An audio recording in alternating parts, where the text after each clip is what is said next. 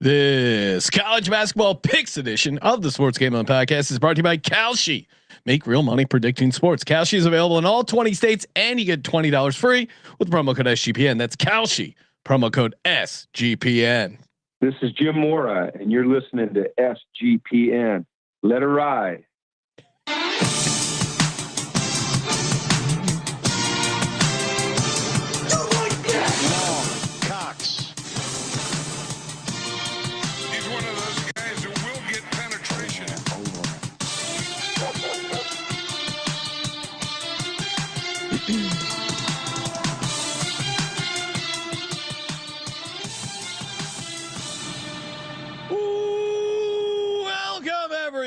To the Sports Gambling Podcast. I'm Sean, stacking the money green with my partner in picks, Ryan, Real Money Kramer. What's happening, Kramer? Dog. Hello, Sean. What's happening? Happy Tuesday night. Yeah. I don't know. We're not. It's like college football is done. That means like we're close to the end. 3 games left in the NFL. 3 games in the National Football League. Obviously, we got our conference championship picks episode, conference championship props episode. Will there be any surprises? What do you mean? Will Sean be surprising people with his picks? Oh, I'm still going back and forth. I have an idea of where I'm going to be going. Probably not 2. I mean, there's only 2 games. How would you shock anyone in 2 games? Well, I think there's people will have certain expectations for who you're going to like this week. Yeah, Broncos have been good to me. Yeah. Rams, Seahawks. It's certainly an interesting one, but we'll save that for the conference championship games. Kramer, we're here to talk college basketball, and anytime we're talking college sports, we're doing it with our buddy Colby Dant from the College Experience. What's happening, Colby? I mean, just watching about 30 games right now while I talk to you guys. So excuse me if I just completely don't pay attention to you guys at times. But how you guys doing? Doing good. Yeah, we have not. We started out red hot in college basketball. Cooled off a little bit since, but this is the time. Now we're trying. Yeah. Well, now we're locked in. Yeah. Now I don't have to deal with the NFL. Well, at least the majority of the NFL cramming up my brain. I can transition over to college hoops. Yeah. Colby, if someone was just starting to watch college basketball, what's a storyline, a team? Do we have a team that's our team yet? Where are we at? Give people a couple bullet points. Maybe they're college football guys. They're just making the switch into college hoops. Get them caught up to speed of what they've missed so far this season. Well, the same thing that you just saw in football with, say, Vanderbilt having a 10-win season, Ole Miss making the Final Four, and Indiana, a team with a bunch of FCS and Group of 5 transfers, won the national championship. It's a great. I understand we could use some rules with the portal, but I think it's a great time for college sports because now that everyone can pay, you're seeing it like the unexpected is happening nonstop. Right now, Nebraska in basketball is undefeated. Nebraska. We also have Arizona. Well, I mean, that's no stranger to being great, but we'll see if this year they can actually win a game in the postseason or 2 because Tommy Lloyd's had his problems in the tournament. But the big one tonight, I mean, Mac was at that game, Miami, Ohio, at Kent State. Miami, Ohio is now 20-0. They're ranked. George Mason, St. Louis, these teams all very good. Vanderbilt in basketball. I mean, I know they're losing right now to Arkansas. But a week ago, they were undefeated and, in first place in the SEC. So you're just seeing it everywhere. Look, there's things that obviously that have gotten worse, like the portal. Some of these guys are in like their 6th team in 6 years, and you're just like, what are we doing? But the sport has never been healthier as far as just to me, like team by team. You don't know if you're a fan of. SMU's good this year. You know what I mean? Like they're on TV right now, beating Wake by 16. If you're an SMU fan, you've never been this excited ever. Yeah. No, and Vandy you mentioned is an interesting story. 16-0 out of the gate, lost 2 in a row, down big here against Arkansas. Going to be interesting there, and then Nebraska. I know people who thought Northwestern would cover against Nebraska, and then of course, first half was looking good. Second half, good God. No, Nebraska's a machine, and it's interesting to see where they again. Like people are scared. Even our buddy Ken Palm Ryan, VT grad, he only has them 13. They're scared to put respect on Big Red's name there. Well, of course, it's not all about wins. We learned this from Kirk Herbstreit, right? It's not all about wins. It's about. And I did find that clip and retweeted it of him talking to Linda Cohen and just basically this was last Should we just year. Play it? Yeah, let's just play it. But he is the disdain and disgust. We were talking about the clip, and Kramer goes, well, and here's he's really great. condescending. Here's what's great is he was lobbying. He goes, let's not do this again because Alabama needed to be in. And this year, Alabama got the benefit of the doubt. Oh, they got in. Got their ass whooped by the team he's talking shit about. Yeah, just putting a ribbon here on the college football season. Worth going back to being kind of a dick to Linda Cohen too. Like he's insulted. She even brings this up. Yeah, which by the way, she probably means more to the story of ESPN than you, Kirk, loser. All right, here we go. The first round is now complete. All home teams won. They not only won, but they won by double digits. What is your biggest takeaway from this first weekend of the 12-team playoff? That I hope next year the committee won't get caught up in what the social media and a lot of people who are fringe fans get caught up in, which is fringe wins. fans. They had 11 wins. They must be Hold on, good. Sean. Kind of stuff. Yeah, I need to play that again. Which is wins. They had 11. Well, that might be a drop, Sean. That wins. Hold on. Yeah, you're those dumb pieces of shit who think wins matter. All right, here we go. One more time. Thanks, Kirk. That I hope next year the committee won't get caught up in what the social media and a lot of people who are fringe fans get caught up in, which is wins. They had 11 wins. They must be good. Who did they beat? I think is much more important than how many wins you have. That's old school way of approaching it. Indiana having 11 wins and beating nobody, that doesn't mean they're one of the 12 best teams. Remember, I know, Linda, I'm not taking this out on you, but there's a big difference between deserving and best. Yeah. What this is all about is giving us the best 12 teams. Now, it's subjective. How you want to figure out the best 12 is up to you, but that's what I want to see. I don't want to hear about wins. How many winning's obviously important. Just because you have 11 wins doesn't mean you're better than a team that maybe had a tougher road that had 9 wins. So I think we get too caught up in how many wins you have. It's really more about he really hates wins. And we need to get the best 12 teams in this tournament every year. What about 16 wins, Kirk? Fucking loser. The way he enunciates it, wins. The irony is they're supposed to be reacting to Tennessee, Ohio State, where Tennessee got lost by SEC team who didn't deserve to be in. It's like, and you look back, Indiana only lost to Notre Dame by 10. All right. I mean, Tennessee barely threw for 100 yards that game. 104 Nico threw for and just got destroyed. It was 21-0 after the first quarter. I mean, where did the idea that Kirk Herbstreit is one of our brightest minds when speaking about football? I feel like dog. Everyone I feel likes like I dog. lived my whole life, and this guy somehow turned into like Junior Madden. He's like the Madden that like went to Boy Scouts and never had a drink of alcohol and just annoys the fuck out of it. How is he in everyone's life constantly teaching us football when this man knows nothing about football? You like that? You like that? He reminds me of Kirk Cousins. I told you, like I'm scared of where we're at in society when people listen to quarterbacks. Quarterbacks are the biggest piles of shit. And look at Madden. You just referenced a lineman. All right. That's a lineman. He knows fucking football. He is football. All right. Quarterbacks, please shut the fuck up and please just stop. Don't ever put him on a microphone. Any quarterback. Has there ever been a quarterback that said something valuable? Nick Foles. Terry Bradshaw. Terry Bradshaw's pretty funny. I'll give him that. He's entertaining. And unrelated, we did a little deep dive on the Terry Bradshaw one-man show, that still exists. It's not in Vegas. It travels around.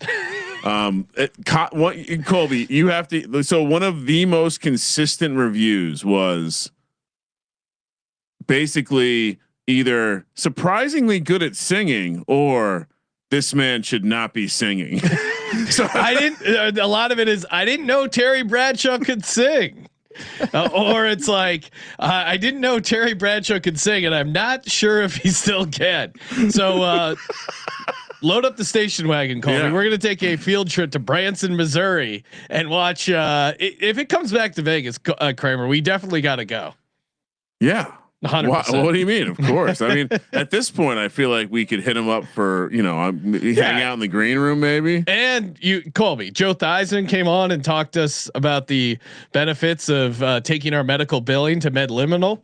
He's a punt returner. Amongst other. He's a punt returner. It's true. All right. When he broke, Yeah. he broke the quarterback when he decided to punt return, and the dude can set blocks. Like, I mean, come on. I've shared enough tape on our accounts of him laying out some fucking guys.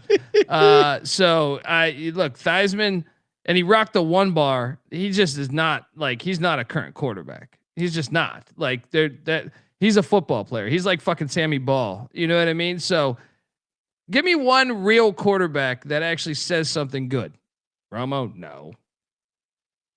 Romo, no. 100%. Gary Danielson. I'm look, great career.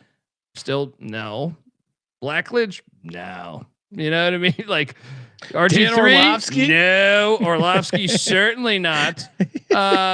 Just give me one quarterback that I'll sit there and say, you know what? Not bad. Are you asking me a serious question right now? Are you we talking need about Diego Pavia. We talking Diego traditional? Pavia on my Are we phone. doing Kramer, traditional play-by-play? Colby, I'm sitting next to a guy who's the #1 fan of the Manning cast. So. Excellent television. Excellent. Kramer will have the Manning cast on the main TV, and then the regular broadcast. I want to hear Buck and Aikman over the Mannings. Oh, that's disgusting. Yeah. It's true. I think though. I would do Buck and Aikman over the Right? Mannings. At least they're talking about the game. At least they're talking about the game. Yeah, Aikman's no, I mean, but it's quarterback. poison. You're dying either way. But I think I'd prefer the Aikman Buck death.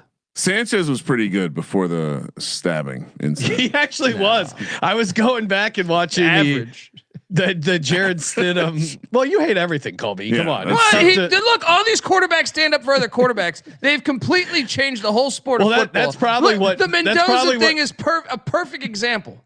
Everybody going crazy about this rule.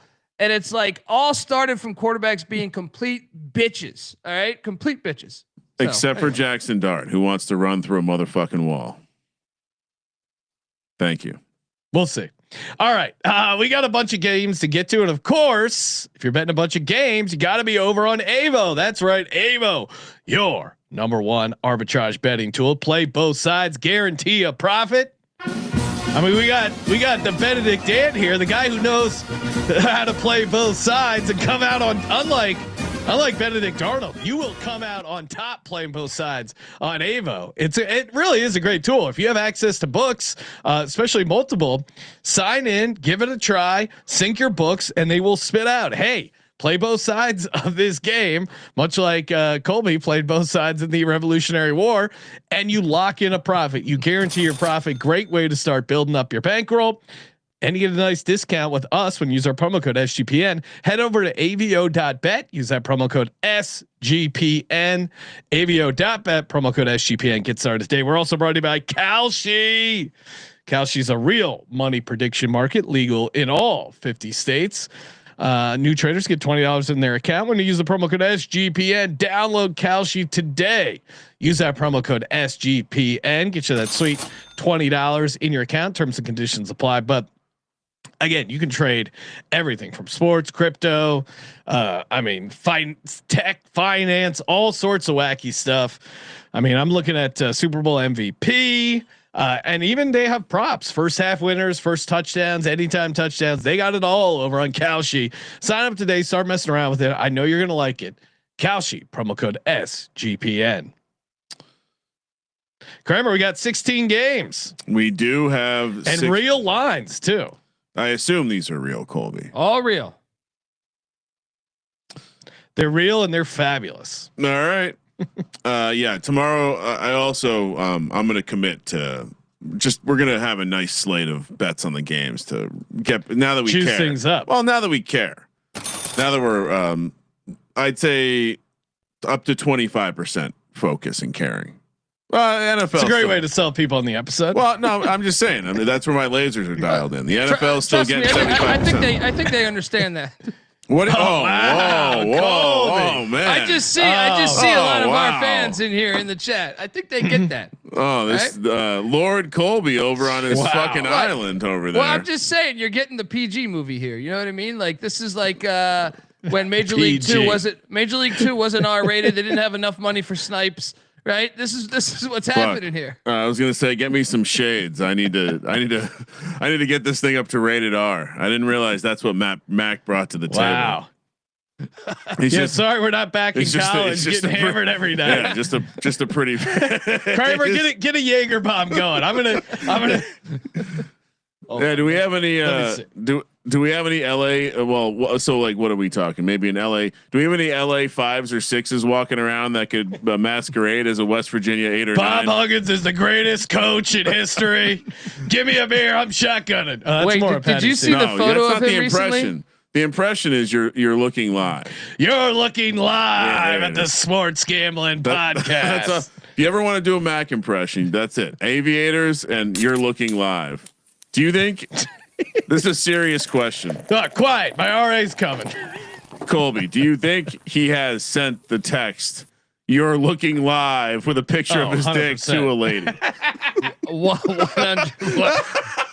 Minus 10,000. Minus 10,000 on that. The funniest thing is why do you think he left Richmond? He left Richmond. He was like, I got to get the fuck out of here. Dude, college chicks might be into that. That's pretty That's like alpha shit right there. The funniest thing is if you watch Brett the Veasan show, and of course you can get the audio now on our podcast feed. Thanks to Veasan for letting us share that on our feed as well.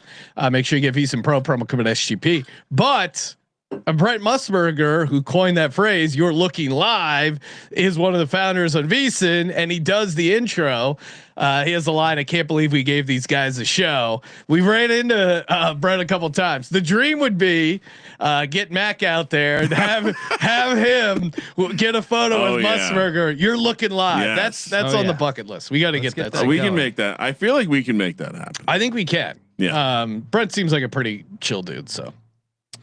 All right, let's talk. I'm sure Mac would be down. Yeah, I would think so. I don't know.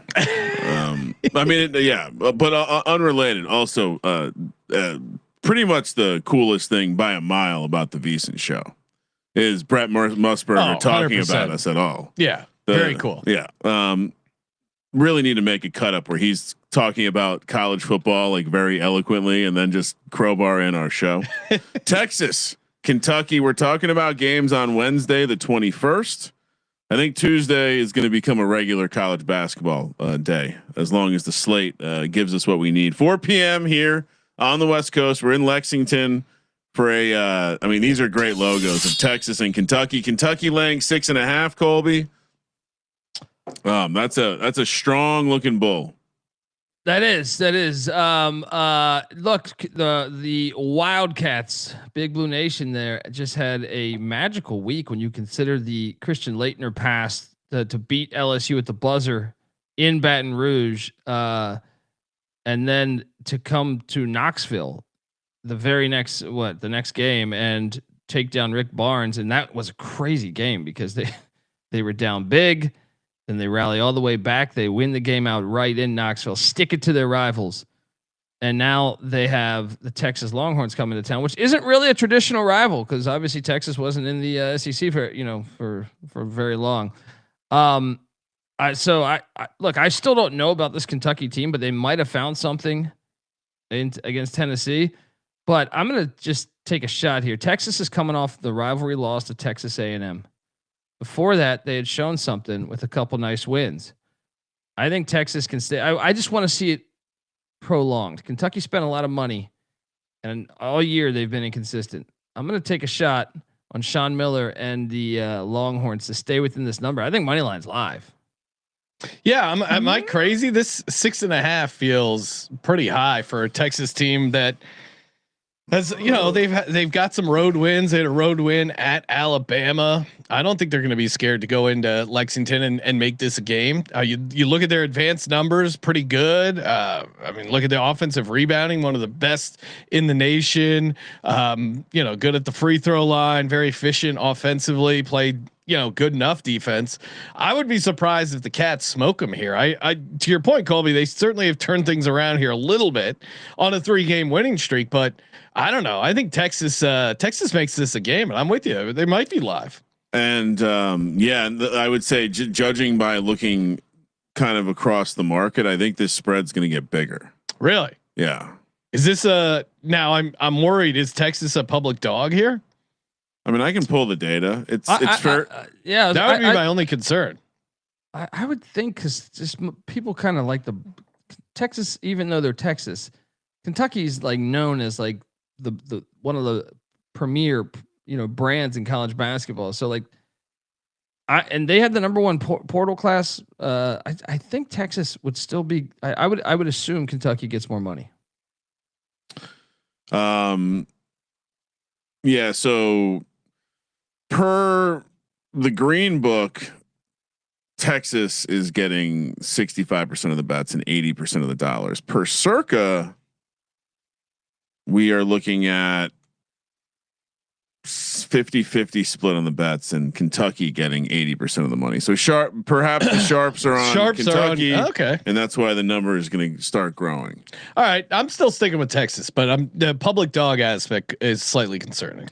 I mean, 13 days ago, Missouri went into Rupp Arena and beat Kentucky. But they got to prove it to me. They figured it out, right?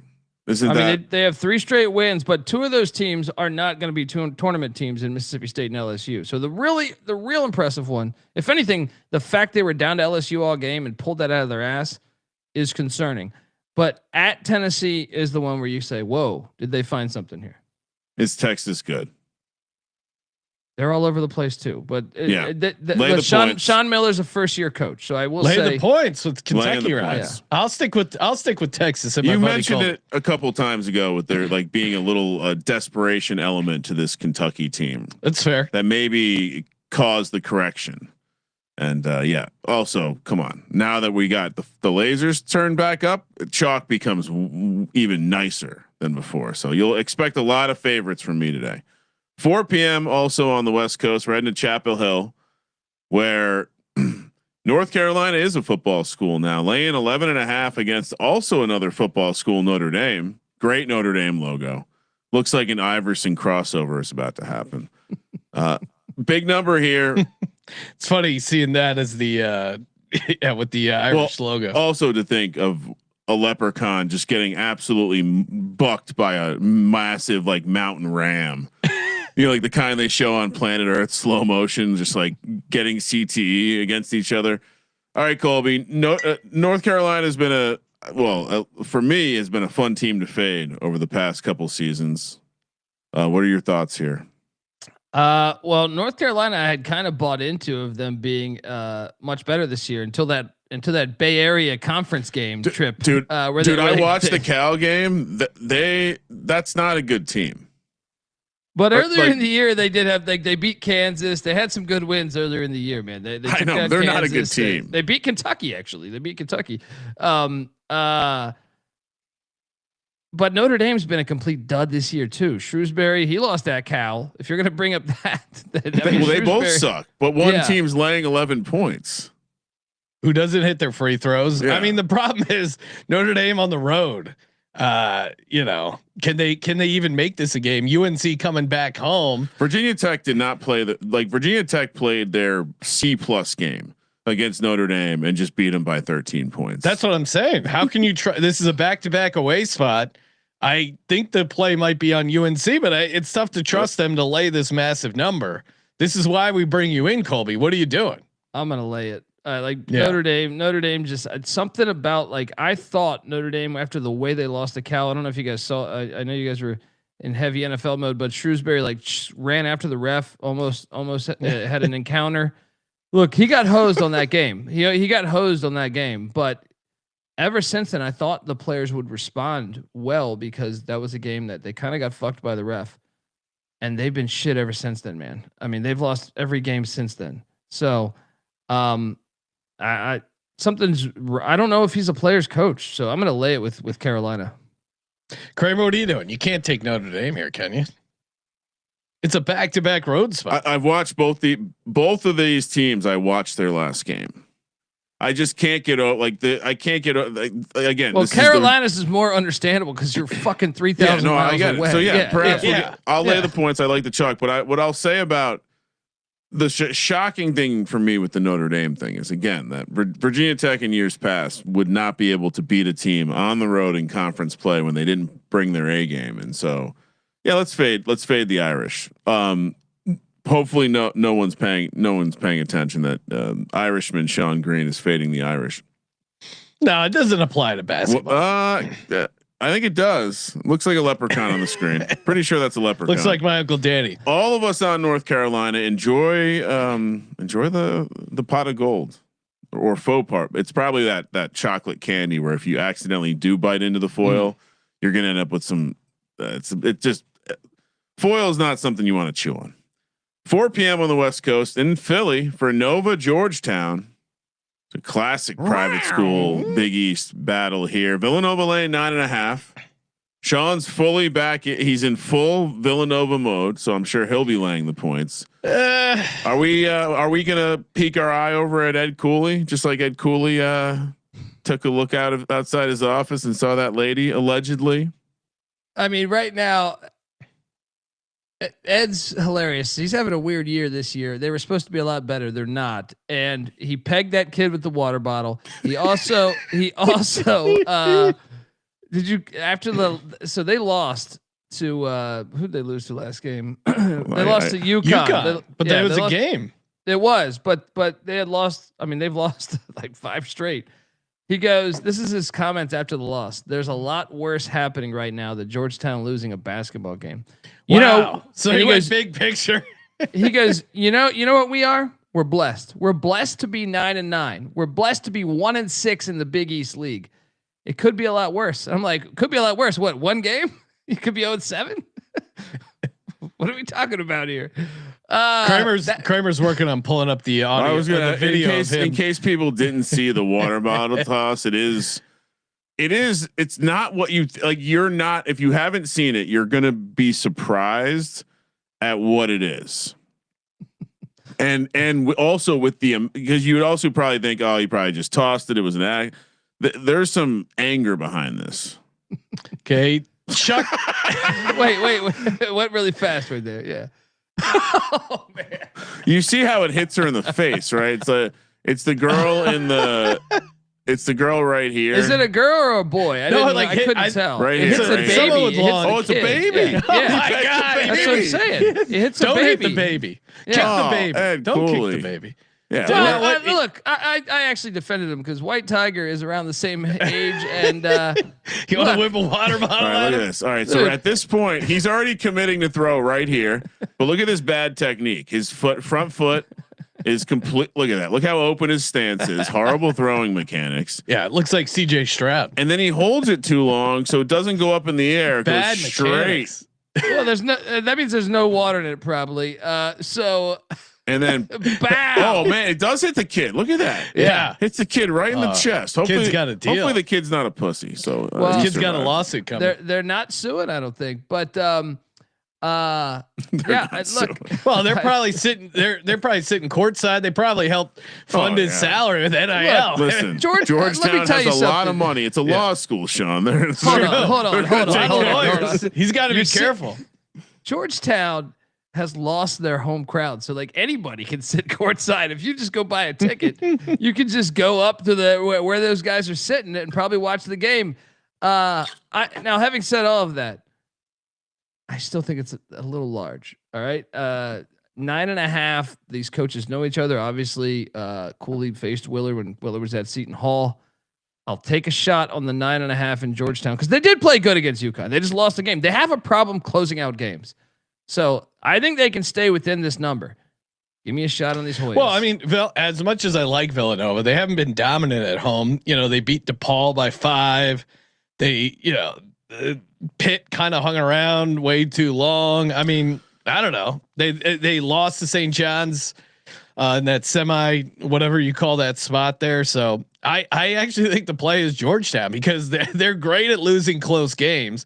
I don't think they're live on the money line, but 9.5 feels way too high. I'm with Colby. Take Georgetown at 9.5. Can we talk about how there are multiple teams worse than DePaul in the Big East this year? My God, Colby, I saw they were showing the standings and it was like DePaul was in the middle of the pack. It's like, holy shit. Let me Big explain East that is down bad.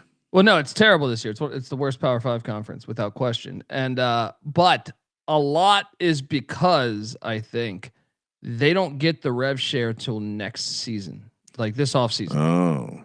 And they don't have football, so all of their all these schools are going to be awesome in the portal, and just spending all their rev share on basketball.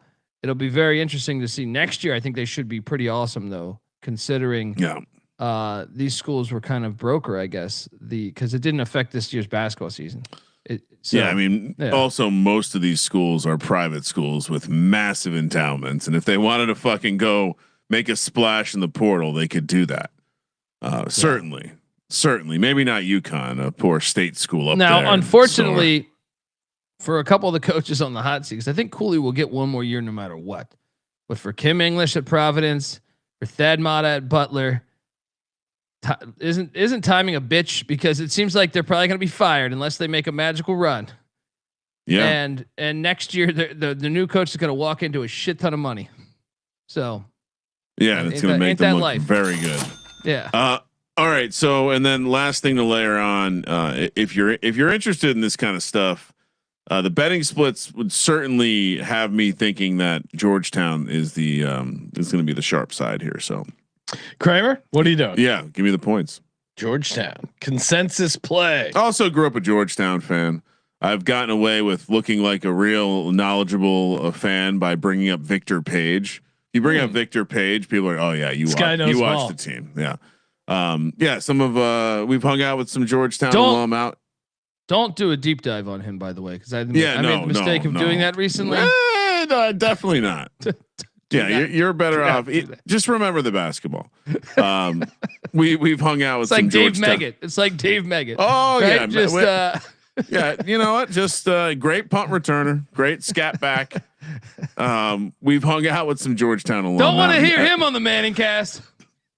Yeah, that's weird. They haven't asked him on. They're former Giants. I feel like Eli could probably get any of them.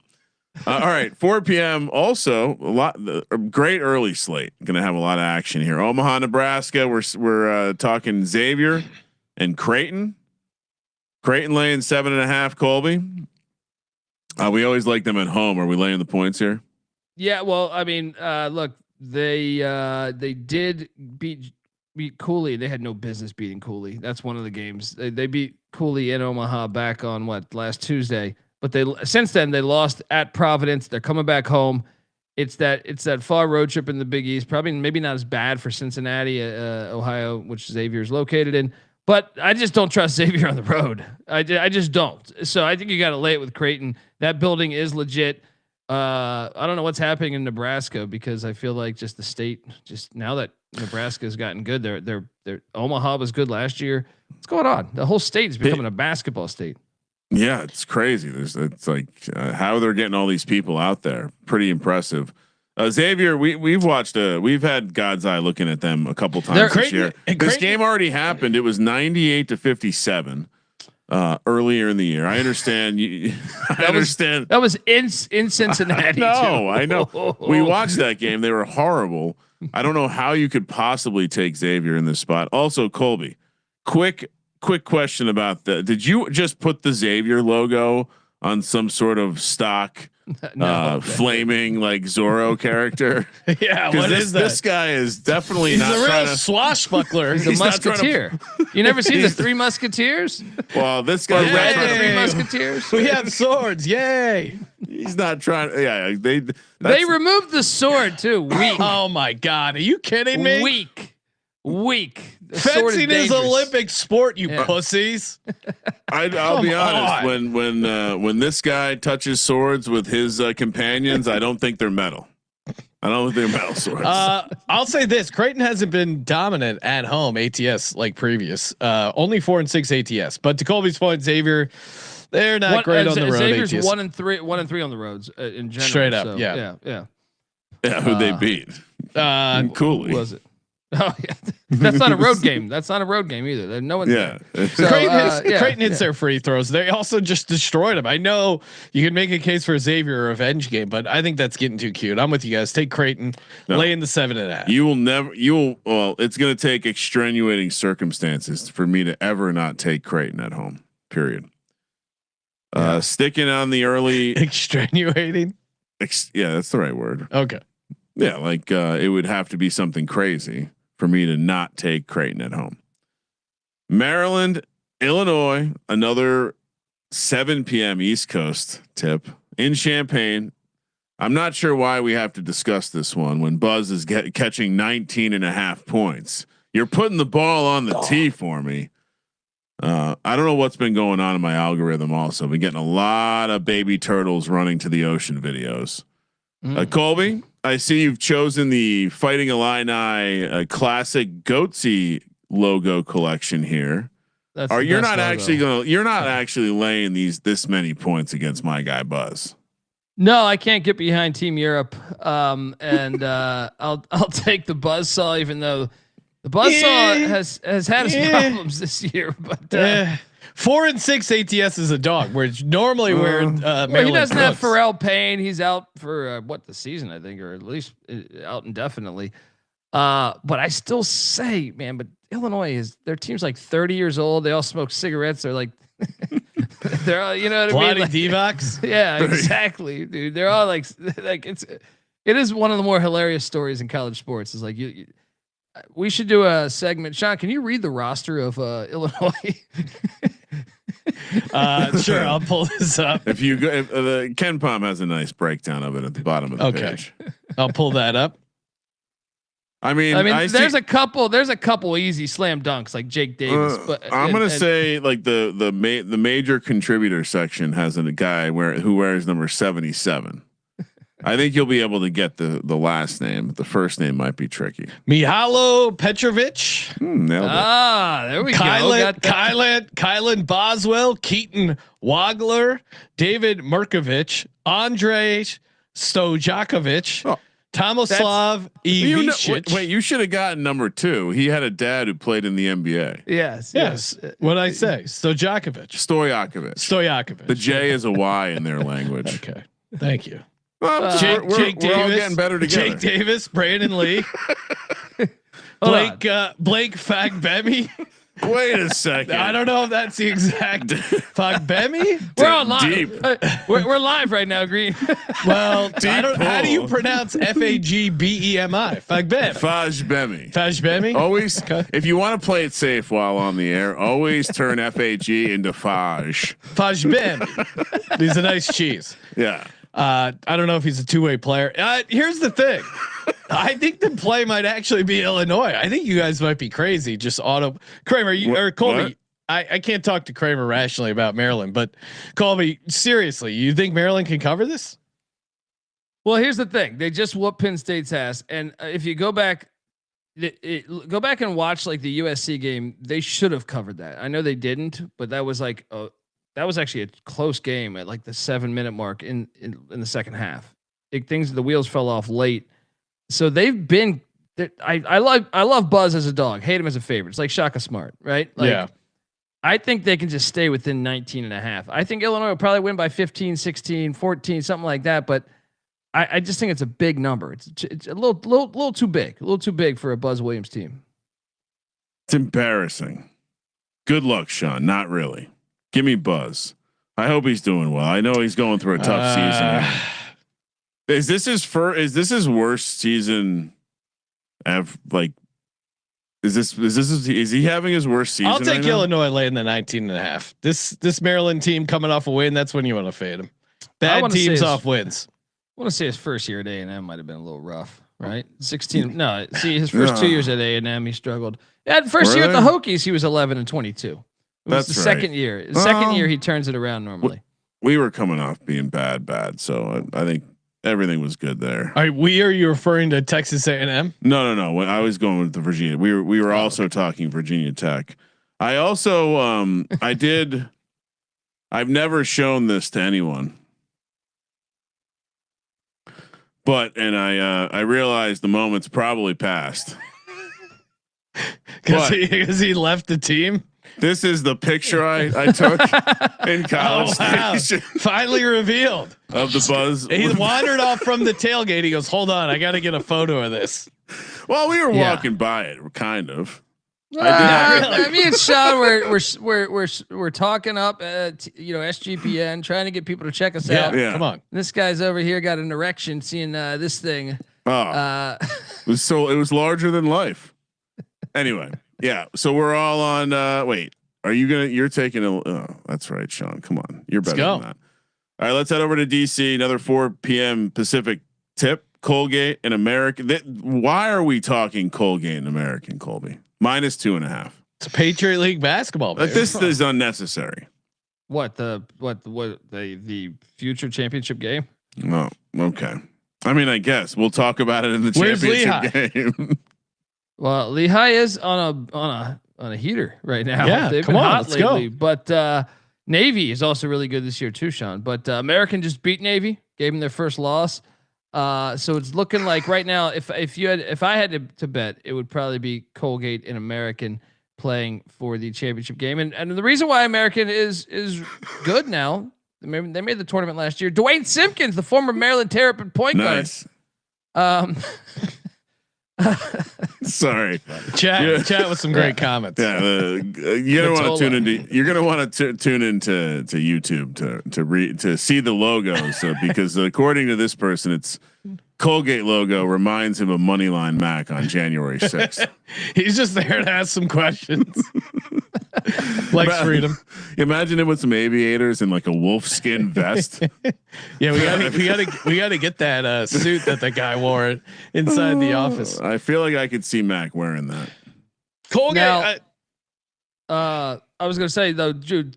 So Simpkins has done an unbelievable job as the head coach of American. Like if you just watch the Patriot League, he was a George Mason assistant, but he played for Gary Williams at Maryland. So it's like he knows that area. He has brought in.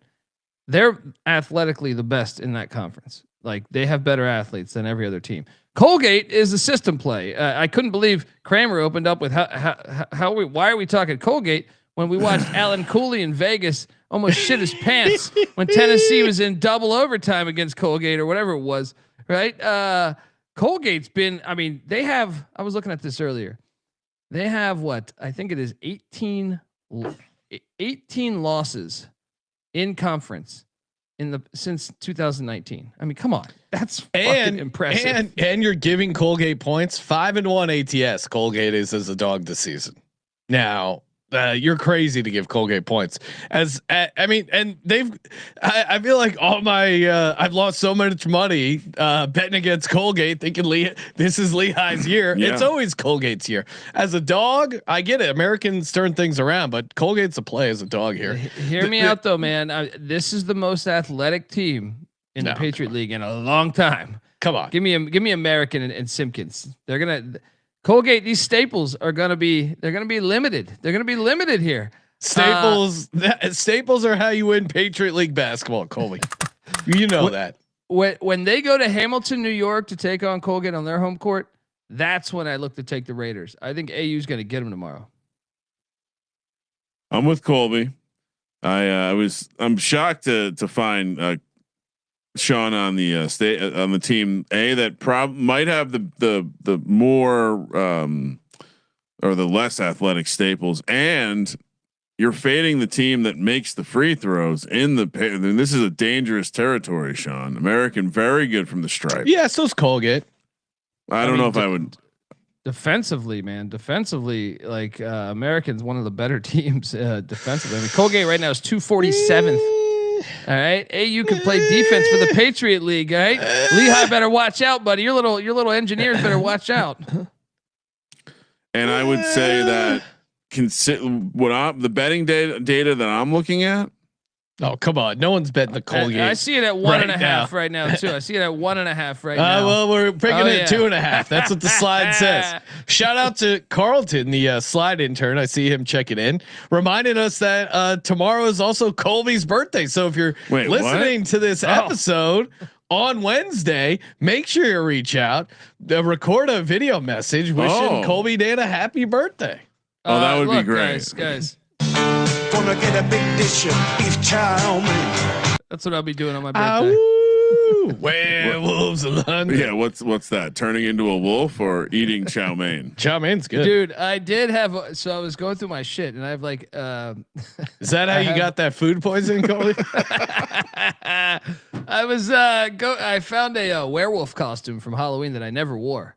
And I that's so what you just bought it just in case. I bought it like with my wife like 2 or 3 years ago, and then like something happened. We didn't even go out for Halloween, right? So it was in the plastic.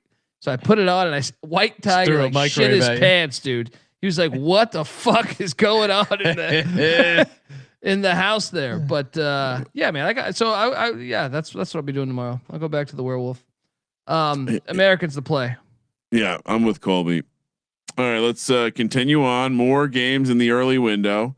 This one's at 6 p.m. Central Time. Indiana State in Peoria to take on Bradley. Bradley laying the 7.5. This is 2 episodes in a row where we're using the Bradley gargoyle that I'm a gargoyle. Rawr. I'm wondering if he just got done hanging out with the musketeer from Xavier.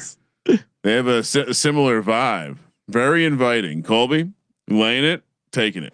Well, Indiana State's been a darling of ours on TCE. They've hit money line for us a couple times. And they covered on the road at Murray State the other day, but this is the hardest road spot in the conference.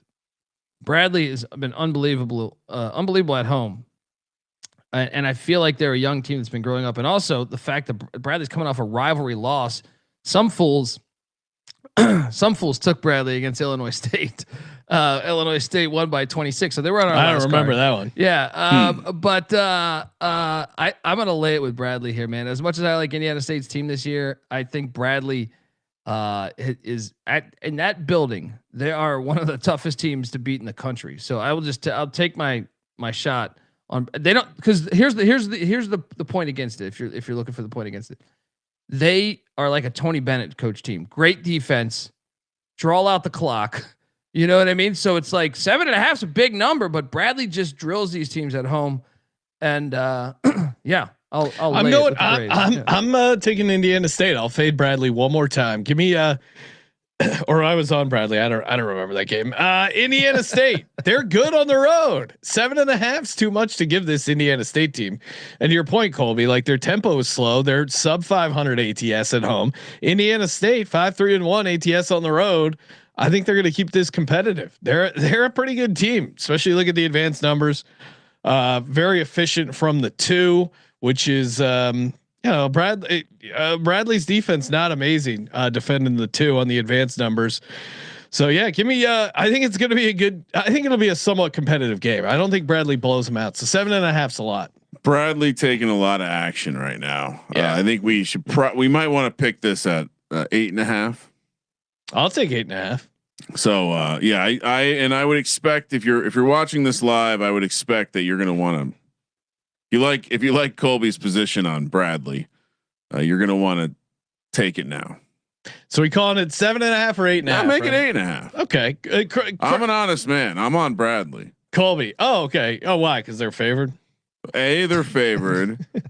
B, they've been very good at home, like Colby highlighted. Historically, Indiana State losing by 8 would just be a dream.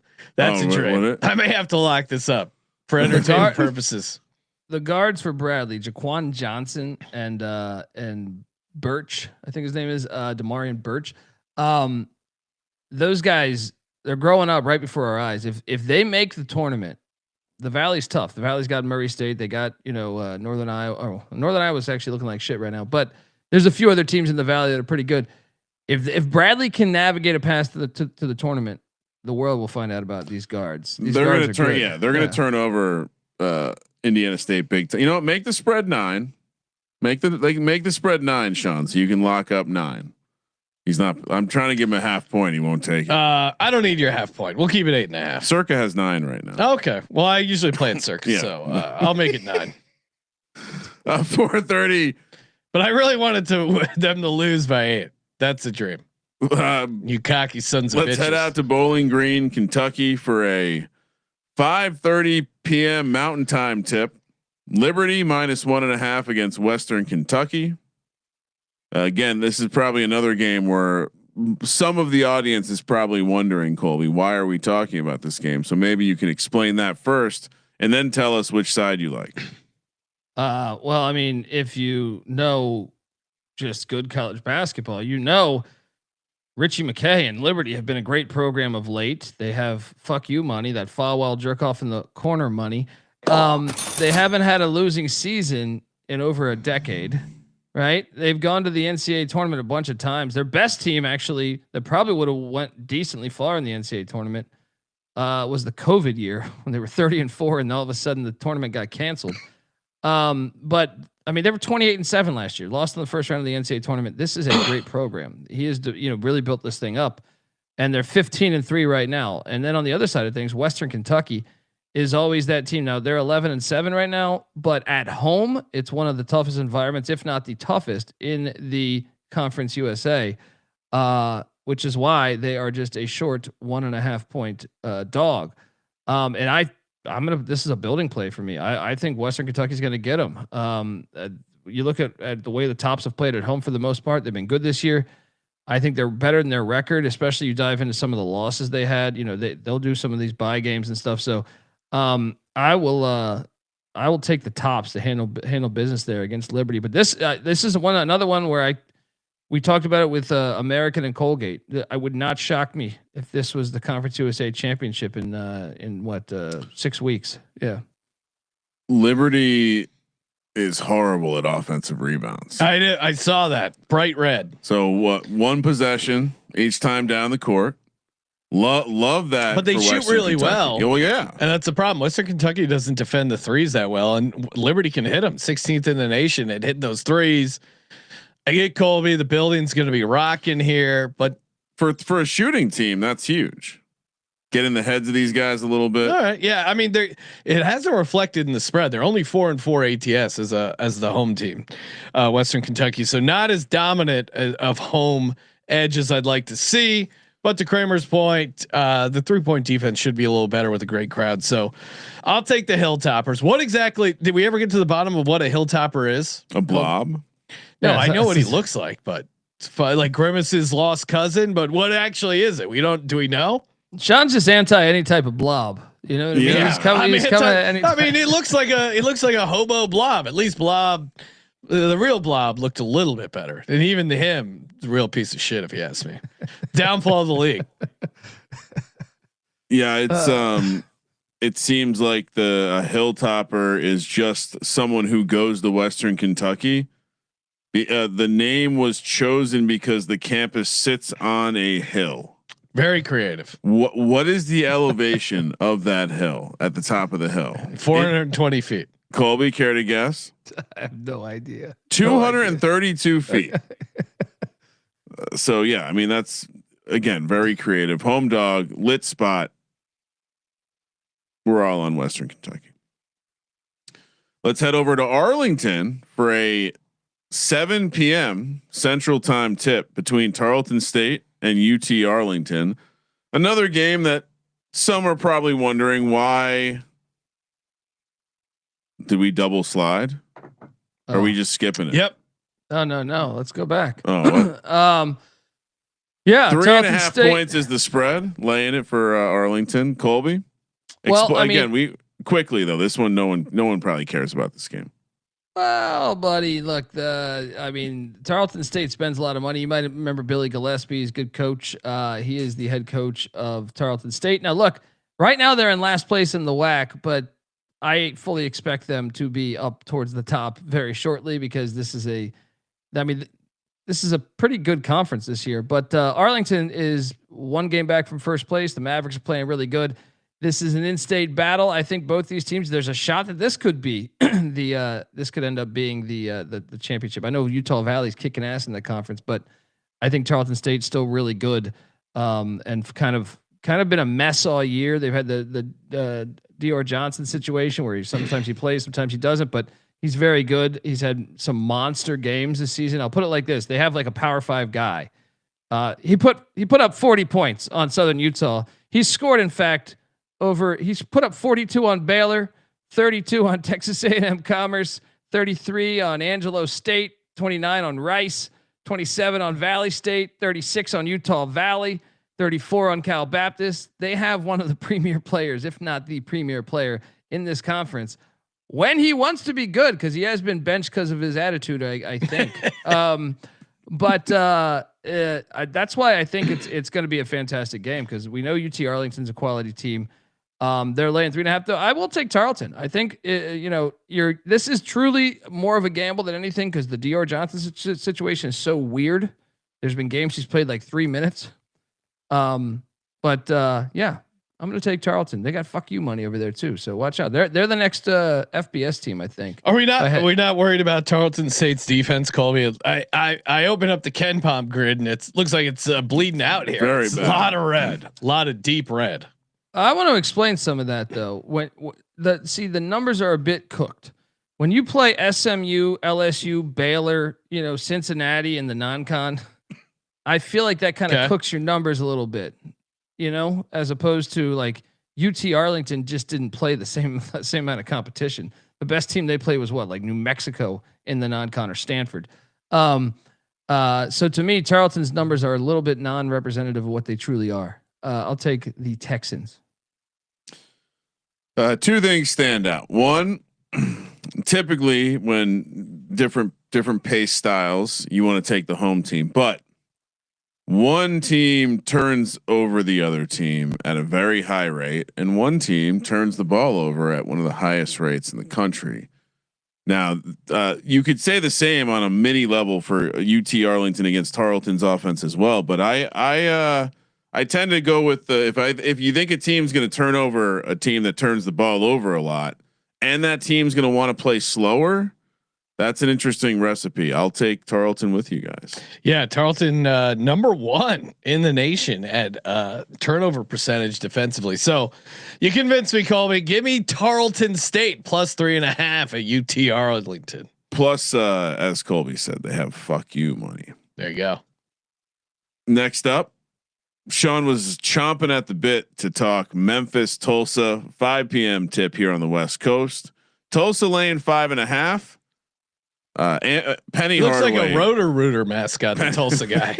We'll clean your drains. No clog is a match for the Tulsa. Yeah, here's what you do. You piss in this. It's like a new toy. You piss in this this wind contraption over here, and you get a Tulsa. Yeah, I don't understand this one at all. Oh wait, no, this is great. So obviously, what do you think their mascot's name is? Do you actually know? And so the Tulsa is the Golden Hurricanes, which again sounds like a thing you'd look up on Urban Dictionary. But Colby, do you know what the Tulsa Golden Hurricanes name is? He has not off name. the top of my head. I mean, I've probably seen it on TV before, but not off the top of his head. He doesn't know. Colby doesn't know ball, but the Tulsa Golden Hurricane mascot's name is Gus T. Get it? Gus space T. That's probably the name of the fake Mr. T that Colby got swindled for. Oh no, this is that. Well, he is Mr. T. He's Mr. Gus T. Colby got a fake Mr. T. He thought was the real Mr. T to say you're listening to SGPN. He really hurt me. He really hurt my feelings. Who did? The fake Mr. T. I was expecting Mr. T. Yeah, I do remember Colby was thrown off when it something's different about Mr. T. It's not Mr. T. Also, the time where Colby saw Carl Weathers at the airport, and it was just some random black guy. Me and Carl, like I was very excited to meet Carl Weathers, and then he told me, "Dude, get the fuck away from me." I mean, we were flying semi-private. Yeah, we were. I pity the fool that don't listen to SGPN. Let it ride, brother. The best part. Hold on. Yeah. The best part is he sent that in video form. He's like outside of his apartment complex, which has like it looks like the guy lives in like the dumps of fucking like Kansas City. It's or probably something. where Mr. T actually does live, but yes. Hilarious. Say, who the fuck is this? Do you know why you brought up the mascot? Do you know why they're the Golden Hurricanes? I don't think we've ever discovered this on the show. Colby, do you know why? I don't think so.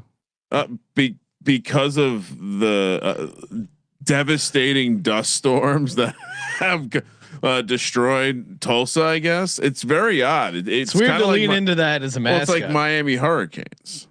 Yeah, I guess doesn't make sense. I guess a golden hurricane. I've always said this. Like people get people are they change the names of all these teams. Whether it's like, what are we talking about? We have the Hurricanes. We have the fucking the Pepperdine wildfires. Like, wait, why would we celebrate that? That's why you should do that, because it's to me it's just a word. It's a name. It's cool, right? Like, to me it further proves there were teams that are like, well, we got rid of the name Warriors because it's all silly, So, but Tulsa guys, Memphis, Tulsa, what do we got? So Tulsa got, I believe it was about a year ago or in the off season in football, they got I think it was a $35 million donation. And I believe it was strictly for football and basketball. It shows, because Eric Conkle, who was coming into the season perhaps on the hot seat, they are rolling right now. If you haven't caught them yet, they are 15-3, and really some of their losses there, like the Kansas State game at Kansas State, they probably should have won that game. They were up like 7 with a minute left or something and ended up losing by 1. So they've been a great new development, going back to the beginning of the episode, looking for teams that are coming out of nowhere. Tulsa is one of them. Memphis, who's got that money, who's had that money, Penny Hardaway, they're 9-8. They are struggling. He looks old. He's looking like he's I do think this aging. will be the last year of Penny in Memphis. However, I do like Memphis when they're dogs. All right. It's like Damon Stoudemire or Georgia Tech. I like taking them when they're dogs. I will take the 5.5 in Memphis. I think this is a money line play, because I think even though Tulsa's good, I think Memphis's athleticism and height can give them problems. So, let's go. Give me these Tigers. Yeah, I'm with you, Colby. Memphis, one of the better teams, ATS as a dog. And you mentioned it. What Memphis does defensively, slow down to 3, probably because of the size. That's what Tulsa relies on offensively. So, give me Memphis plus 5.5. We had the Tulsa. Who did they play last? Was it Tulsa and UAB? Florida, was it? UAB. UAB. Yeah. We had that game on. Tulsa was, the dominant performance against a bad team, I guess. But no, UAB is supposed to be good, dude. That was a fucking ass whooping by Tulsa in Birmingham. They're not. I don't want to be mean. I haven't watched a ton of UAB games, but they're not good. Based on my small amount of ball knowledge, and I was looking for the snorkel mask. Might have gone missing. We might have to sort that situation out. I'm laying it. I'm laying it with our with my new buddy Gus T. Gus T. We're not cool with low T, but we like Gus T. He's cool. Gus T sounds like a good model name over on Rhythm. That's right. The Rhythm is gonna bet you picks, props, sides, and total. Rhythm has it all, and of course, the brand new parlay optimizer. I've just been in the lab, as the kids say, dialing in the my new college basketball model. Very fun. You try and dial in, like you have all these different stats to include or not include while building your model. It's really fun. You can spend a lot of time locking it in. They'll run all the data and say, hey, this is a good model. It's not a good model. And they do the same for your parlays, helping you find those winning parlays. Are you tired? How many times, Ryan, have you been one leg away from hitting your parlay and you're like, I wish I would have hit that last leg? Rhythm helps you fill in that gap. And of course, download Rhythm, get started today, RITHMM. And if you want to go premium, 25% off premium with the promo code SGPN25. That's RITHMM, promo code SGPN25. We're also brought to you by Underdog. So head over to Underdog, use that promo code SGPN, play $5, get $75 in bonus funds when you use the promo code SGPN. Colby, is there any? Yeah. Okay. Let's go with let's go with Tremont Mark of Texas. Lower than 14.5 points, as they are obviously at Rupp Arena. Just them being on the road in general. Yeah, I know he's a veteran, but I think just them at a tough environment there. And I'll take also, let's jump over to the Carolina game. Seth Trimble. This guy's been in college for like 70 years, I feel like. I am going to take the higher on Seth Trimble on 12.5 points. They don't even got a profile photo for Seth Trimble. He's been in the, come on, he's 7 years. You can't get Seth Trimble a photo. I also was laughing that Max still has his college ID he was tweeting out. That's pretty awesome. Well, he knew. He knew. And I normally don't bring up, behind the scene negotiations, but Mac is demanding some points on his meal plan right now. Oh, we can look at. We'll get it. We want to make sure he's well. You know, a lot of people go to college for 7 years. All right. So Seth Trimble, higher 12.5 points.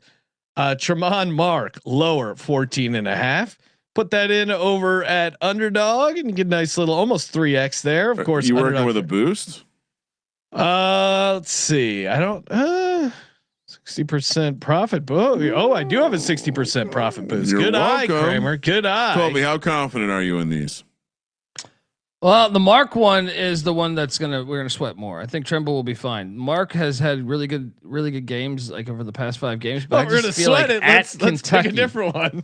Well, there's not that. They're not giving you a lot of options right now, but I just think Mark is due for a bad game, and I also think Kentucky. Remember, they went out and paid for the best transfer portal class.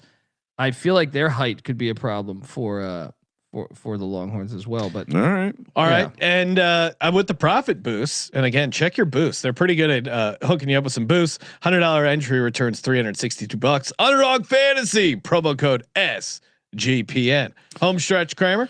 Yeah, actually, not just a minor derailing of the episode.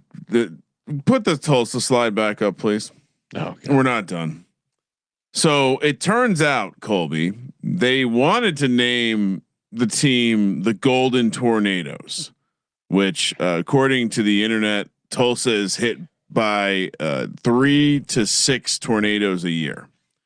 So I don't know why you'd want to name your team the Golden Tornadoes, but you're wild. You don't know what you're gonna get when you get these guys. The plot thickens, Colby. You might kill someone with a 2x4 because they weren't able to do that. Why? Georgia Tech was already using the name Golden Tornadoes. Wow. So Tulsa changed their name to the Golden Hurricanes, which obviously makes no sense in Tulsa, Oklahoma for there to be hurricanes. So they must have hit him with like a lawsuit, right? And Georgia Tech later that year switched to the Yellow Jackets. Bastards, those bastards. Unbelievable. So they didn't even these losers from Georgia Tech didn't even start as Yellow Jackets. All right, moving along. Hail State taking on Texas A&M.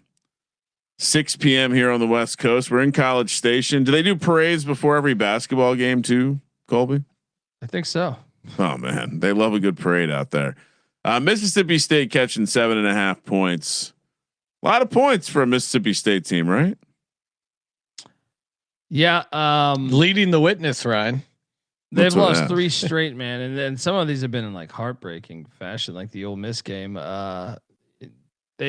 But before that they won at Texas, so they've had some decent performances. One at Georgia Tech, won by double digits at Georgia Tech. Why can't Mississippi State get anyone that shoots? I feel like they're just every single time, year after year. I think it's a Chris Jans thing. I'm betting on Mississippi State, and it's just rock fight after rock fight, and sometimes it works out depending on who they're playing. But it's such a frustrating bet. You know what I mean? My favorite thing about getting back into college basketball is being reminded how some teams don't practice offense. Yeah, they just don't do that. You're going to throw the ball up at the rim. Someone's going to offensive rebound it. Boom, boom, boom. Put back. That's college basketball offense. All right, so this is a situational play for me. I like A&M with Bucky Ball coming in there. Bucky McMillan, the head coach, they play up tempo. They're kind of like, I don't know, like Alabama or something. But And they were asked at the beginning of the year. They've really turned it on of late. They just beat Texas at Texas. I mean, it doesn't get much bigger than that, right? So like letdown spot. So I'm going to take Chris Jan's getting the points. Yeah. But why this is a tough game is because Mississippi State goes through like gigantic scoring droughts. Yeah. Again, like I haven't even watched a ton of them this year, but I feel like that historically I've been in this situation where you're just hit a fucking shot. But I love especially the idea against A&M. Yeah, I love the idea of fading Texas A&M after beating Texas. But A&M is the type of team that like they're 8th in pace. Like if you have a 5-minute drought, you might lose by 30. But I'll still take the 7.5. Jan's team's more desperate. You just beat Texas, like you said. Give me Hail State. I mean, worth noting, Mississippi State just played Mississippi. So and had a 2-point lead with 10 seconds left. So I think you could argue both teams poured some emotions out there. But I'll join you. Classic Hail State. Where's your cowbell, Kramer? It's up there. Okay. It's not that time yet. They're in a 3-game. Oh, there you go. Colby knows how. Colby understands content. Colby stole one of the cowbell bells. So no, I was sent one from my clientele. You know what I mean? That was funny. There was a stretch there where all of a sudden, when I don't even know what caused it, but next thing you know, I've got 5 cowbells in my garage because people are shipping us cowbells. There was a lot, and some were pre-used. Like this is we broke used, them in. Yeah, used cowbells.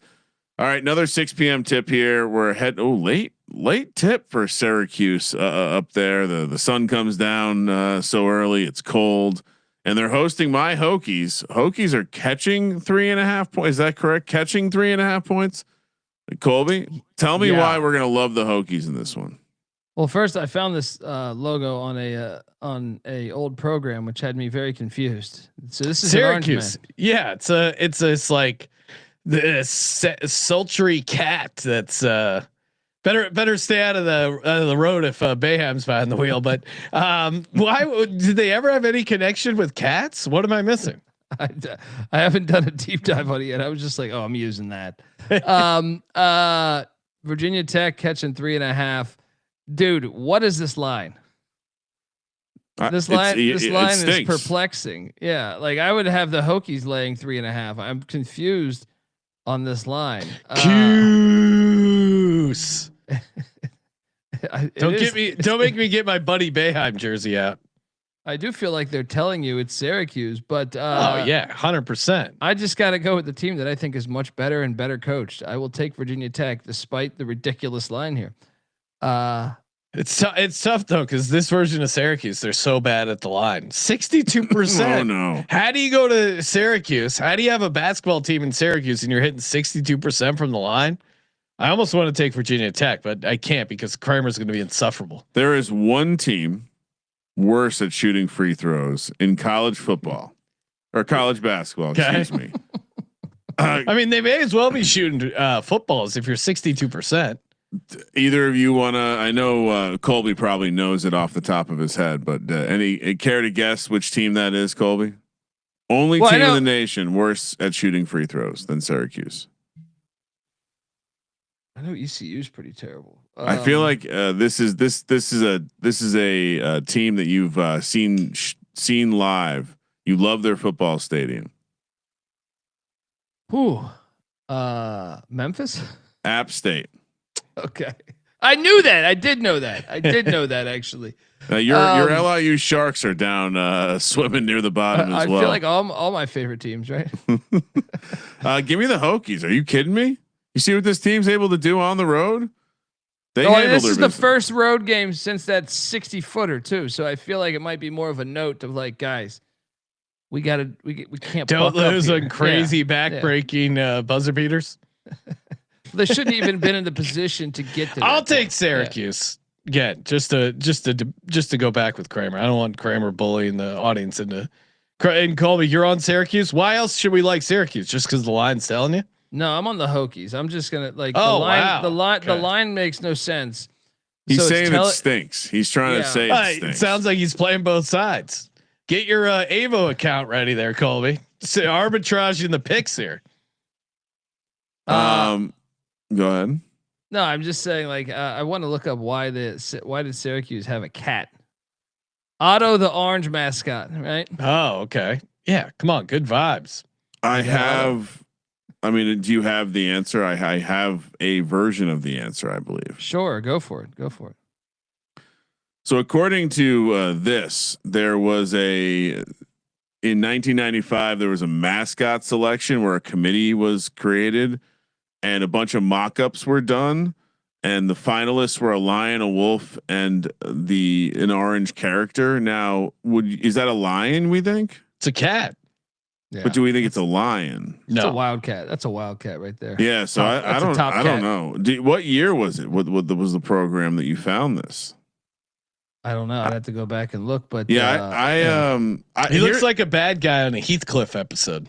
I will say, in general, like upon looking into this stuff, he's in the alley and he's like, "Yeah, motherfucker." He's in alley. Heathcliff, no one should. Well, terrifies the neighborhood. Heathcliff was kind of a bad cat from upstate New York. Definitely is an alley cat. But I'm always shocked to find out how willy nilly these schools are with their nicknames.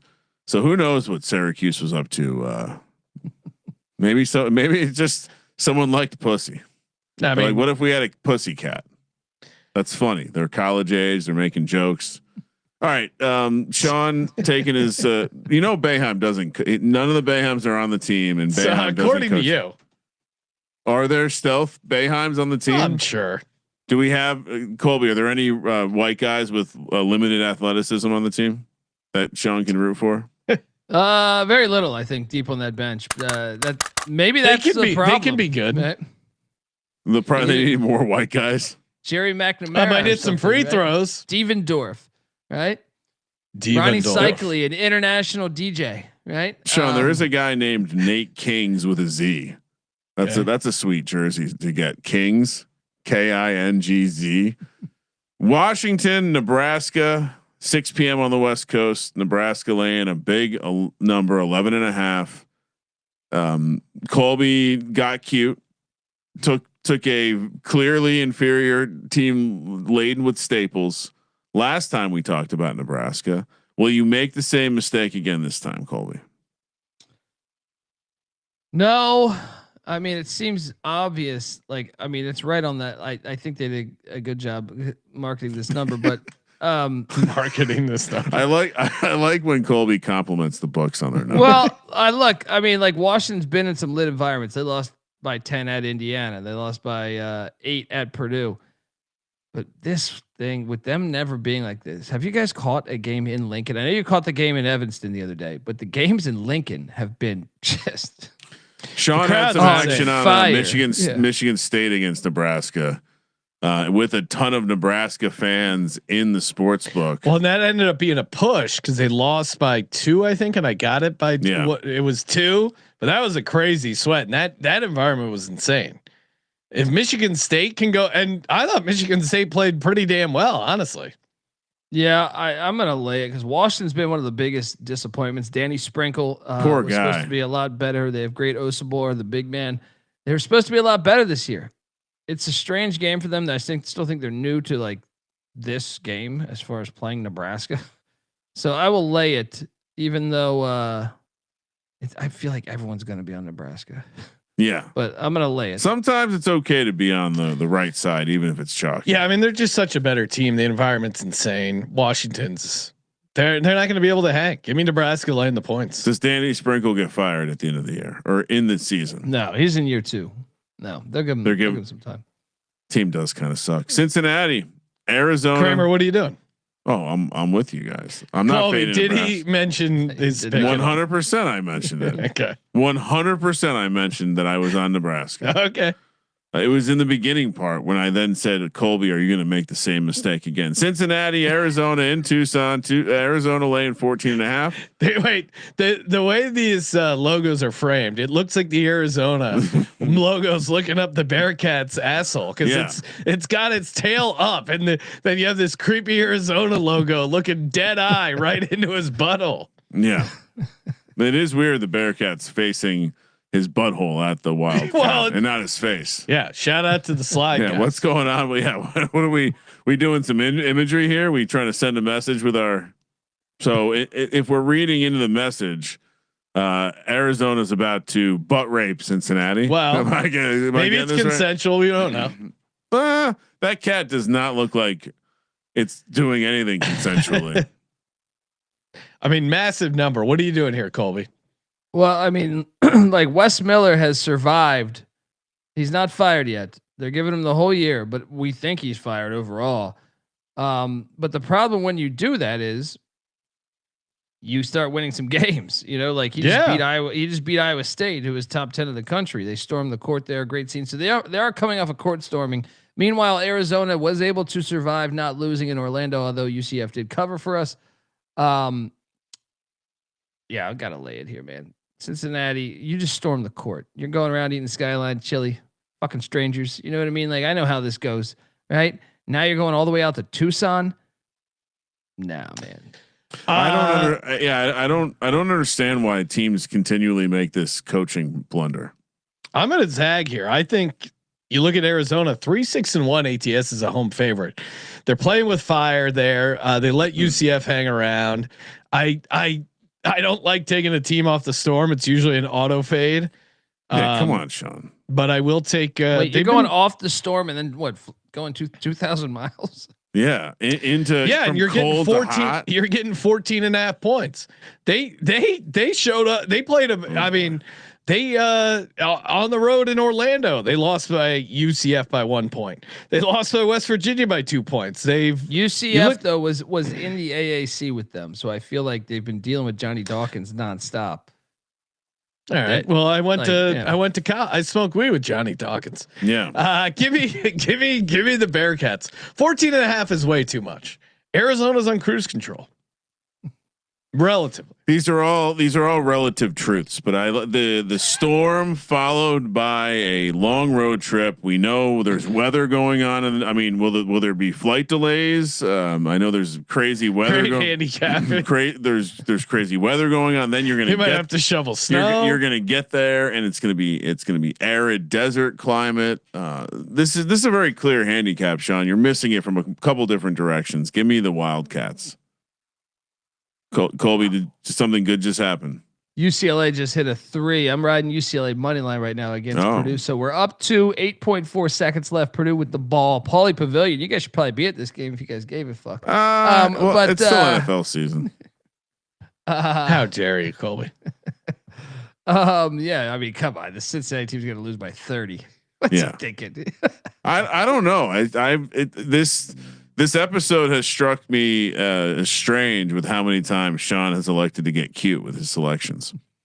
West Virginia, Arizona State, forks up. We're heading to Tempe, where these are great logos as well. YouTube.com/sportsgambling podcast. West Virginia catching 1.5 here in the desert. Probably can say this, the weather handicap probably and the distance traveled handicap probably just run that back from Cincinnati, Arizona. And I don't know. Is Mac really focused on the team with what he's been up to? I don't think college basketball and West Virginia basketball is the first thing on his mind. Yeah, I don't know, Colby. What are we doing in this game? So Bobby Hurley at Arizona State's off 2 losses. When these teams come out like Cincinnati, they have Arizona State next. I would probably think to play maybe Cincinnati in that game, but West Virginia has Arizona next. But I think it's a good spot for Hurley and company. West Virginia, to me, they're offensively challenged, especially when they hit the road. When they're at home, we saw them beat Kansas. They got that crowd behind them. But Bobby Hurley in Arizona State will be my play. I'm surprised it's only 1.5, which makes me a little hesitant. I think it should be more like 4.5. But great situation spot for Arizona State here at home.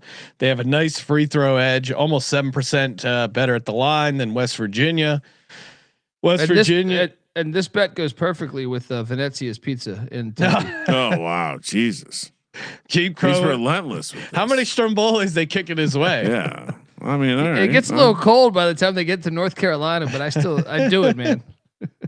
No, I'm with you, Colby. How do you not take Arizona State? Arizona State is the play here at home. A long road trip for West Virginia.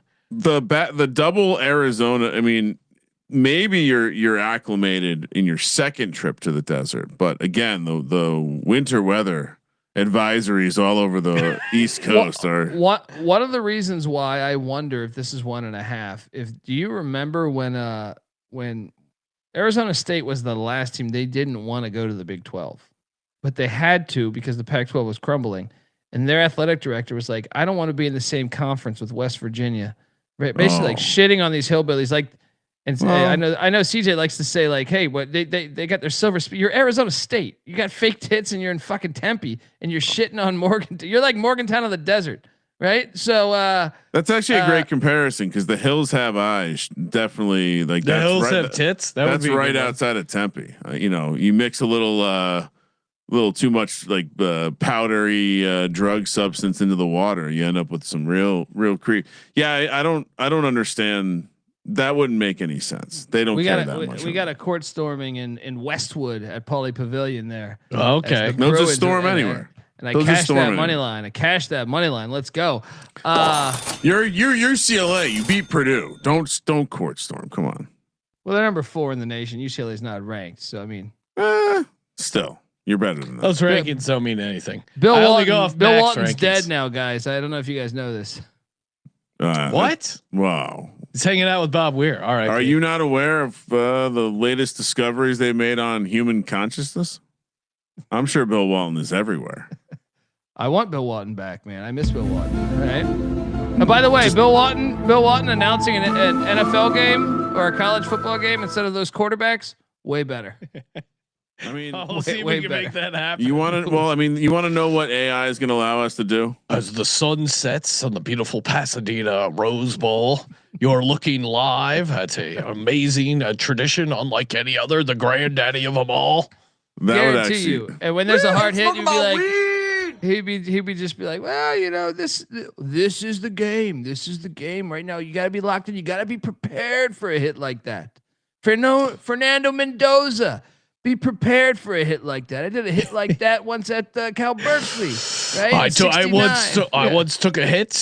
Then I was transported in another dimension via the music of the Grateful Dead, one of the premier American rock and roll bands. Bobby Weir, Ace, led with a mind-melting solo as he played Shakedown Street. If you've ever during like a random college basketball game, it was probably a UCLA game. He did the game's going on and he's doing like a narration of riding your bike down from Angeles National Forest to Westwood. That's just fucking. Actually, I think he starts in Barstow. It's this wild. I mean, ESPN has made a lot of mistakes. But them finding someone that understood that he was just going to be stoned and talk about shit, and then also allowing him to call Pac-12 after dark, like that was strong move by them. How about he died before the merger? That's so great. That's so great before the news, because he would have been outspoken of what the fuck are we doing here? What are you talking about? UCLA's in the Big Ten. He never saw the Pac-12 disintegrate. We didn't even get the news. Because he would have been like, oh my God, what's going on? Rest in peace to the great Bill Walton. The other way to look at that is, he was going to expire one way or another, whether it was he died or he heard the news and then died. Oh, well, I mean, that man would be devastated to hear the Pac-12 was disintegrated like that. All right. So last game at San Diego State, who, when I was doing my review of the MyBookie money bags from the summer, yes. When I happened to have picked up I almost called them St. Louis, Los Angeles Rams at 24-1. When I picked up a Seattle, what are you gonna say? Cleveland next? Seattle Seahawks 24-1. No, I San Diego State is in there for national championship college basketball. I don't think we're on a great path for that to actually happen. 8 p.m. tip on the West Coast. They're taking on Grand Canyon. And they're laying 1.5. Colby, at one time, San Diego State was our first adopted team to the podcast. We've kind of lost our way at times. Don't blindly take them as much anymore. Barely even call them our gals. What are we doing here, Colby? Moneyline Mac checking in. Boots on the ground. He's at the Kent State game that was an OT. Highly recommend the Water Street Tavern. A lot of dynamic women in there. So maybe. Wait. What's that? Dan Marino and his really dynamic wife. Wait. Hold on. The only thing on my mind, Gene, was pussy. Good for Mac. I mean, I think also he's one of those guys who will get penetration. The adjective dynamic. Yes. Great. Is women love being called dynamic. Best. What I love though is that Mac has been in Morgantown, so he hits me up. He's like, dude, I'm going to this Maction shit, man. Great game tonight. Miami, Ohio, undefeated, wins in overtime against Kent State. The place was on fire. Mac drives the 3 hours to Kent, Ohio. Now he's at some dive bar in Kent, Ohio, which is probably the last place in planet Earth. $3 you call it. Here we go.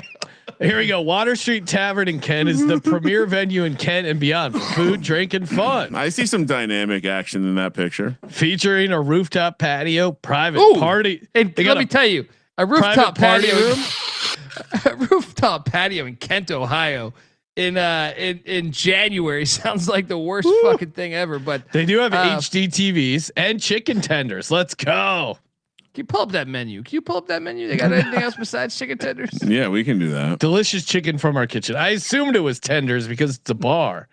I don't know if I'm getting a rotisserie chicken out at a bar, but I kind of assumed. Flatbreads. They're doing flatbread pizzas over there. That's a new thing. I feel like that's everywhere. These flatbreads. Everywhere. They just it's like the cheapest way to get pizza out. You know, looks like a pretty standard bar menu. I'm seeing, right. How do you think the pulled pork is in Ohio? Yeah, you know, they've had a lot of train accidents and other random spillage. Maybe not going with meat that's buried in the dirt to be cooked. They got the Wait, go down. They got the Gouda Mac bites. Did you get the Mac bites? the Mac bites. Cauliflower wings. What are you, some liberal pussy school? Cauliflower wings. Come on, Ken. Well, they kind of. I mean, aren't they known for a protest? A famous protest. I think they are. Wasn't there? Wait, am I thinking of Ball State? Kent State. Kent State's where they shot those kids. Yeah. Okay. Timely reference. Anyway, what do we have here? Photo booth from the. Oh wait, where's Mac? Oh wait, that would be funny.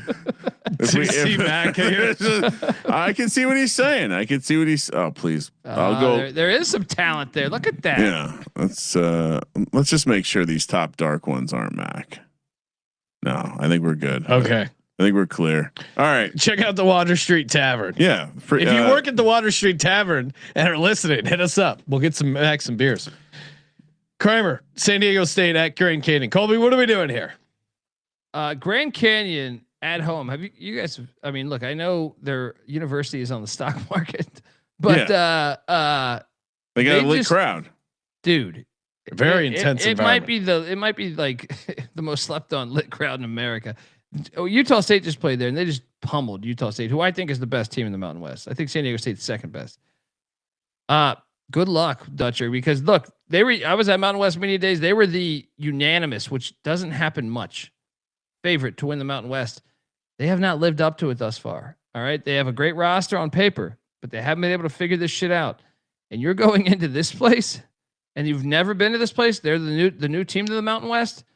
Good luck. All right. I'm all, this is a lock. You can mark me down as my first lock. Yeah. Grand Canyon is winning this game. They're a tough out at home, especially as a home dog. Now, San Diego State, obviously very good defense, but Grand Canyon's defense, nothing to sneeze at. And Grand Canyon hits their free throws. This is going to be a good game, but you can't make Grand Canyon a home dog. Give me a Grand Canyon all day. As the great philosopher Pitbull said, two brunettes and a blonde, very nice dynamic woman, says Moneyline Mac. Man, all right. Well, I just picture Mac's locker. He's Moneyline Mac live on the line. We had a nice dinner. Hey, motherfucker, I eat everything. I eat the pussy, I eat the butt, I eat every motherfucking thing. Yeah, right? Kramer, what are you doing here? Yeah, no, I like Colby mentioned, they're on the stock market. They got money. And they're lit. And what wasn't there a thing where they were like practicing their crowd chants as well? There was like yeah, I saw there was that, like a section where you had to try out. It's some that I hate that actually. Like that makes me want to fade them. But this place though is, I think, it's like Cameron Indoor Stadium to me. Like that's like, it's that crazy to me where I just can't take the road team. I can't take the road team here. They appear to still have an application to be a part of the super fan section, which is interesting. I wonder if it's a paying gig. Check the enrollment on this place. Isn't it like 80,000 people or something, right? I know there's online. It's an online university. So why don't you have a fucking football team then? All right. I mean, come on. You're in Phoenix, fucking Arizona. You don't have a football program. Why?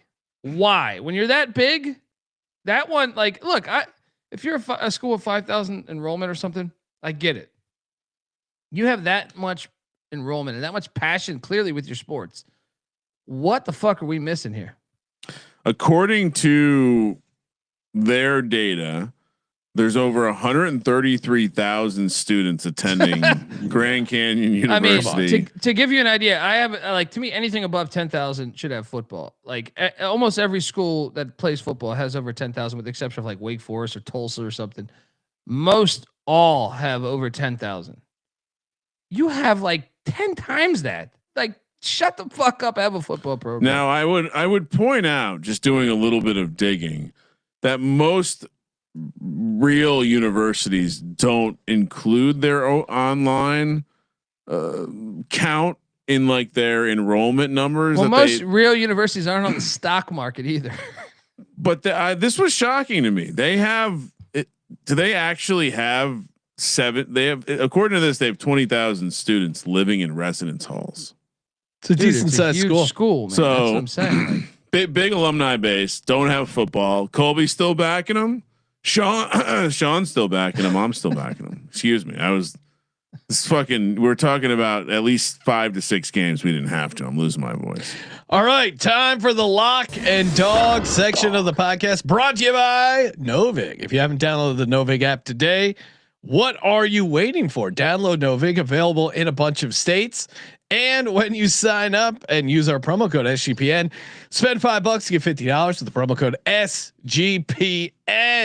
That's right. Novig, America's #1 sports prediction market. Spend $5, get $50. Promo code SGPN. Colby, what do you got? Grand Canyon is one of my locks right there. Yep. Second lock will be the let's go with Bradley against Indiana State. What's that gargoyle? Third lock. Bradley laying 9. 8-point win incoming. Third lock will be Creighton against Xavier. The dog. Yeah. Creighton laying 7.5 at home. The dog, I think. What can I get my clientele? I think Memphis will beat Tulsa tomorrow. Yeah, I like that. Memphis on the money line. All right. For me, I'm with Colby. Give me Grand Canyon getting the 1.5. Give me. I'll take Memphis and the 5.5 against Tulsa. I think that's I like your money line. I don't mind just playing the points. Nebraska, big red machine, keeps going. Lay the 11.5 at home against Washington, and the money line dog. I'm gonna say let's ring that cowbell, baby. Dog, because again, Mississippi State, I know they're frustrating, but I love the Texas A&M after they just beat Texas. Mississippi State on the money line. Also was considering Texas, but I'll go Mississippi State. Kramer, what are you doing? I see you guys are sharing picks again. It's cute. Lock number 1, Creighton, easy play. Xavier, trash. Lock number 2, Arizona. Love my weather to desert weather handicap here. They do play the games indoors. Yes. And then I'm going to also take Arizona State, piggybacking on that same general premise of a weird Big 12 road trip, having a cold weather team going to the very, very hot desert in Arizona. Dog, it would be easy to put my Hokies here. It would also be easy to take. You know what? Let's do this. Give me Grand Canyon on the money line.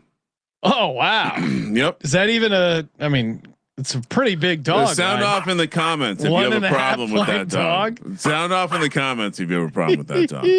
I dare you to have a problem. It's like with the Taco Bell dog. I think we need a bigger box. All right, good times as always. Answering all your questions and comments over on Spotify while you're there. Toss us 5-star review. Trying to get to 2K before the Super Bowl. Appreciate everyone tuning in as always. We got the conference championship picks coming up, and then props later on in the episode in the week, and of course the VSiN show Friday nights 10:00 East. And of course, as always, check out the College Experience daily college basketball pick spots. If you're watching live, hop over there. As always, thank you for participating in the Sports Gambling Podcast. For the Sports Gambling Podcast, I'm Sean, second the Money Green. He's Ryan. Good luck, everyone. Kramer, let it ride.